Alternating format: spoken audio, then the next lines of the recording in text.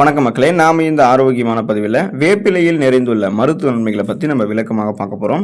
நம்மள பல பேரும் வேப்பிலையை ஆன்மீக பொருளாக பயன்படுத்துவதோ சரி, அதில் இருக்கக்கூடிய அறிவியல் மருத்துவ நன்மைகளை தெரிஞ்சுக்கிறதே கிடையாது. இப்போ நீங்கள் வேப்பிலைகளை தினமும் காலையில் வெறும் வயிற்றில் 3 to 5 இளம் வேப்பம் கொழுந்துகளை நீங்கள் மென்று சாப்பிடலாம். இதுவே நீங்கள் வேப்பம் இலை சாறாக எடுத்துக்கணும்னா அந்த இலைகளை அரைத்து 5 ml 10 ml சுமார் 1 to 2 தேக்கரண்டி அளவு போதுமானது. இதில் கொஞ்சமாக தேன் சீரகம் கலந்தும் குடிக்கலாம். பொடியாக எடுத்துக்கிறீங்க அப்படின்னா உலர்ந்த வேப்பிலை பொடி அப்படின்றது உங்களுக்கு இது காலில் இருந்து அரை தேக்கரண்டி அளவு வெதுவெதுப்பான நீரில் பொடியாக கலந்து பருகலாம். எடுத்துக்கொள்வதற்கான சிறந்த நேரம் அப்படின்றது பார்த்தீங்கன்னா வேப்பிலை உட்கொள்வதற்கு அதிகாலையில் வெறும் வயிற்றில் எடுத்துக்கிறது தான் மிக சிறந்த நேரமாக இருக்கும். அப்போ தான் அது உங்களுடைய ரத்தத்தை சுத்திகரித்து குடலில் இருக்கக்கூடிய நச்சுக்கள் கழிவுகளையுமே உங்களுடைய உடல் வெளியேற்றும். ஒருவேளை உங்களுக்கு சர்க்கரையினுடைய அளவை கட்டுப்படுத்துறதுக்காக நீங்கள் வேப்பிலை எடுத்துக்கணும்னு நினைக்கிறீங்க அப்படின்னா நீங்கள் உணவுகளை சாப்பிட்றதுக்கு முன்னாடி 30 நிமிடங்களுக்கு முன்னாடி எடுத்துக்கோங்க. ஸோ இப்போ இந்த வேப்பிலையில் நிறைந்திருக்கக்கூடிய நன்மைகளை விளக்கமாக பார்ப்போம். அதை பற்றி பார்க்குறதுக்கு முன்னாடி இந்த வீடியோவுக்கு மட்டும் ஒரு லைக் கொடுத்துட்டு இந்த தகவலை உங்களுக்கு தெரிஞ்சவங்களுக்கும் ஷேர் பண்ணிவிடுங்க. ஏன்னா அது அவங்களுக்கும் பயனுள்ளதாக இருக்கக்கூடிய ஒரு ஆரோக்கியமான பதிவு தான். இது போன்ற அப்டேட்ஸ்களை நீங்கள் தொடர்ந்து பார்க்குறதுக்கு நம்மளுடைய ஹெல்த் நியூஸ் தமிழ் சேனலை மறக்காமல் சப்ஸ்கிரைப் பண்ணி வச்சுக்கோங்க. பக்கத்தில் இருக்கக்கூடிய பெல் பட்டனையும் கிளிக் பண்ணி ஆல் அப்படின்ற ஆப்ஷனையும் செட் பண்ணி வச்சுக்கிட்டீங்க அப்படின்னா நாங்கள் போடக்கூடிய எல்லா அப்டேட்ஸும் உங்களுக்கு நோட்டிஃபிகேஷன் அடிக்கடி சேரும். சரிவாங்க மக்களை, இப்போ வீடியோக்குள்ளே போயிடலாம்.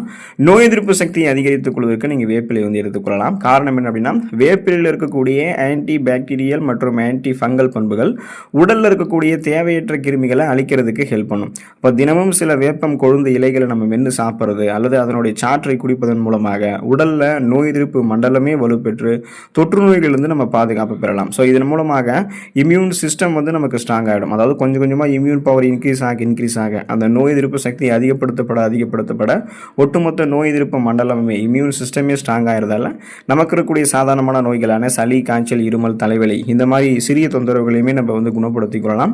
சீசனலாக புதுசாக அட்டாக் ஆகக்கூடிய பாக்டீரியா, வைரஸ் போன்ற பருவகால தொற்று வியாதிகளுமே நம்ம வராமல் தடுத்துக் கொள்ளலாம். செரிமானம் மற்றும் குடல் ஆரோக்கியம் மேம்பாடு அடைவதற்கெல்லாம் வேப்பிலையை நம்ம எடுத்துக்கொள்ளலாம். வேப்பிலை செரிமான மண்டலத்தை சுத்தம் செய்யறதுக்கான தன்மையை கொண்டிருக்கு. இது என்ன பண்ணும் அப்படின்னா குடலில் இருக்கக்கூடிய நச்சுக்கள் மற்றும் தேவையில்லாத புழுக்களை இன்டெஸ்டினல் வார்ம்ஸை வெளியேற்றுவதற்கு ஹெல்ப் பண்ணும்.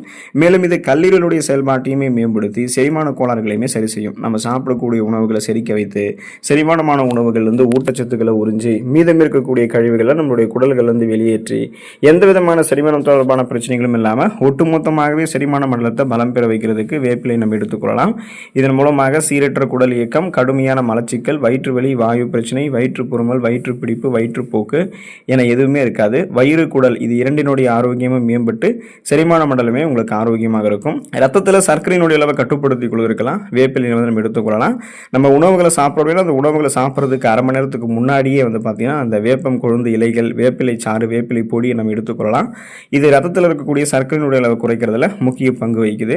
இது இன்சுலினுடைய உணர்திறனை, அதாவது இன்சுலினுடைய சென்சிட்டிவிட்டியை மேம்படுத்துறதால போதுமான அளவுக்கு இன்சுலின் ஹார்மோனை ரத்தத்தில் சுரக்க வச்சு நம்மளுடைய சர்க்கரையில் அதாவது ரத்தத்தில் சர்க்கரையினுடைய அளவு அதிகப்படுத்தப்படாமல் பாதுகாத்துக்கொள்ளும். ஸோ இது உடனடியாகவே பார்த்தீங்கன்னா கசப்புத்தன்மை கொண்டு இருக்கிறதால ரொம்ப ஃபாஸ்ட்டாக நம்மளுடைய சர்க்கரையில் பார்த்தீங்கன்னா அளவை கண்ட்ரோல் பண்ணி ரத்தத்தில் கரைந்து சர்க்கரையினுடைய அளவை கட்டுப்படுத்திடும்.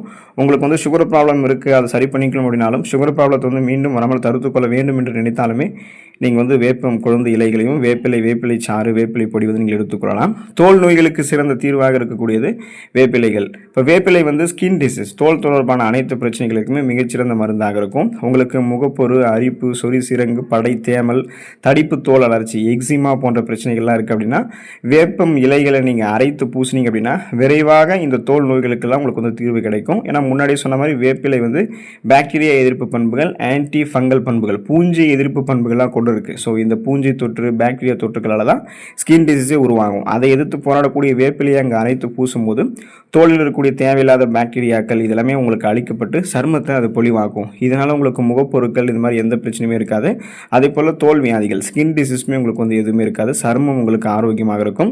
ரத்தத்தை சுத்திகரித்துக் கொள்வதற்கெல்லாம் வேப்பிலை நம்ம பயன்படுத்தலாம். இயற்கையிலேயே ரத்தத்தை சுத்திகரிக்கக்கூடிய, அதாவது பிளட் பியூரிஃபையராக செயல்படக்கூடிய குணம் வேப்பிலைக்கு இருக்குங்க. இது ரத்தத்தில் இருக்கக்கூடிய நச்சுக்களை வெளியேற்றி ரத்த ஓட்டத்தை சீராக்குது. இதனால் உடல் ஆரோக்கியம் மேம்படுவதோடு முகமும் நமக்கு பிரகாசம் அடையும். ஏன்னா நல்ல ரத்த ஓட்டம் நமக்கு இருக்கும்பொழுது ரத்த ஓட்டம் சீரான உடல் உறுப்புகளுக்கு பாயும் போது உடல் உறுப்புகள் ஆரோக்கியமாக இருக்கும். தோல் பளபளப்பாக இருக்கும்.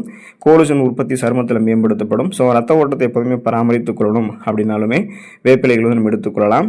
வாய் மற்றும் பல் ஆரோக்கியம் மேம்படுவதற்கு வேப்பிலை பயன்படுத்தலாம். பண்டைய காலம் முதலே நம்மலாம் வேப்பம் குச்சிகளில் வந்து பல் துலக்கிறதுக்கு வந்து பயன்படுத்துறதுக்கு அதை ரெக்கமெண்ட் பண்ணுவாங்க. ஏன்னா வேப்பம் குச்சியில் இருக்கக்கூடிய அந்த கிருமி நாசினி பண்புகள் பற்களில் ஏற்படக்கூடிய சொத்தை, ஈறு வீக்கம், வாய் துர்நாற்றத்தை போக்குவதற்கு ஹெல்ப் பண்ணும். ஸோ இது வந்து பற்களை வலுவாக்கி ஈறுகளை வந்து நமக்கு பாதுகாக்கும். ஸோ குறிப்பாக பார்த்தீங்கன்னா உங்களுக்கு இந்த கிருமி தொற்று அதிகமாக வாயில் இருக்கிறது காரணம் நுண்ணுயிர் தொற்றுகள், அந்த இன்ஃபெக்ஷன்ஸ் வந்து உங்களுக்கு இருக்கும். இதன் காரணமாக ஈறுகள் இரத்த கசிவு ஏற்படுவது, வீக்கம் ஏற்பட்டிருக்கிறது, பற்கள் வலுவிழுந்து போகிறது, இந்த மாதிரி எந்த பிரச்சனையுமே இல்லாமல் சுவாச புத்துணர்ச்சி பெறணும் அப்படின்னா நீங்கள் வேப்பம் குச்சியில் வந்து காலையில் வந்து நீங்கள் பல் துலக்கலாம்.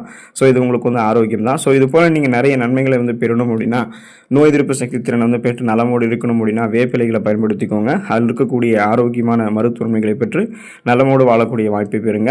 அடுத்த ஆரோக்கியமான பதிவில் மறக்காமல் சந்திப்போம். நன்றி மக்களே.